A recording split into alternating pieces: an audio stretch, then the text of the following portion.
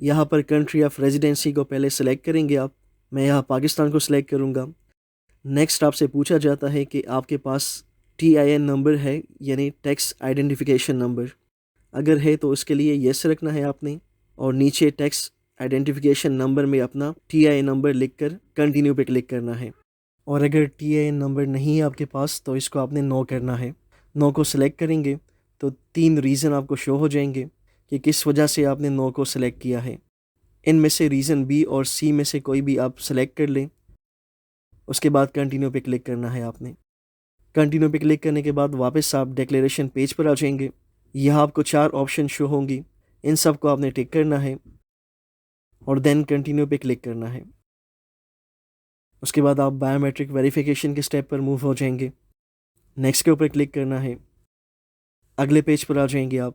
यहाँ आपको biometric verification से मुतल्लिक इंस्ट्रक्शन दी गई होंगी कि आपने किस तरह बायोमेट्रिक वेरिफिकेशन प्रोसेस को कंप्लीट करना है। ये बहुत ही आसान और सिंपल है। यहाँ जो पिक्चर आपको शो हो रही है उसी तरह आपने अपने सीधे हाथ की फिंगर्स को स्कैन करना है, जिस तरह इस पिक्चर में आपको नज़र आ रही होंगी। स्टार्ट के ऊपर आपने क्लिक करना है, देन स्कैनिंग प्रोसेस स्टार्ट हो जाएगा। चंद ही सेकंड्स में ये आपके फिंगरप्रिंट को कैप्चर कर लेगा और आपकी बायोमेट्रिक वेरीफाई हो जाएगी। साथ ही आपको इस तरह सक्सेसफुल वेरिफिकेशन की एक नोटिफिकेशन भी शो हो जाएगी। नेक्स्ट के ऊपर क्लिक करेंगे। नेक्स्ट पर जैसे ही क्लिक करेंगे आप एप्लीकेशन रिव्यू के पेज पर आ जाएंगे। इस पेज के ऊपर आपने लास्ट जितने भी स्टेप्स कंप्लीट किए होंगे, जितनी भी इंफॉर्मेशन आपने सबमिट की होगी, उसकी कंप्लीट समरी आपको यहाँ पर शो होगी। आप इस पेज को, यानी जो सारी इंफॉर्मेशन की समरी है, उसको एक बार आप गो थ्रू कर लें कि इसमें कोई मिस्टेक तो नहीं है, और मेक श्योर कर लें कि जितनी भी इंफॉर्मेशन आपने सबमिट की हो वो सब दुरुस्त हो। अगर किसी भी स्टेप में इंफॉर्मेशन में कोई भी आपसे मिस्टेक हुई हो तो जिस भी स्टेप में आपसे वो मिस्टेक हुई होगी उस स्टेप के सामने आपको चेंज लिखा हुआ शो होगा। उसके ऊपर क्लिक करके आप उस इंफॉर्मेशन को एडिट कर सकते हैं। अगर आपकी सारी इंफॉर्मेशन दुरुस्त है तो देन आपने नीचे सबमिट के ऊपर क्लिक करना है।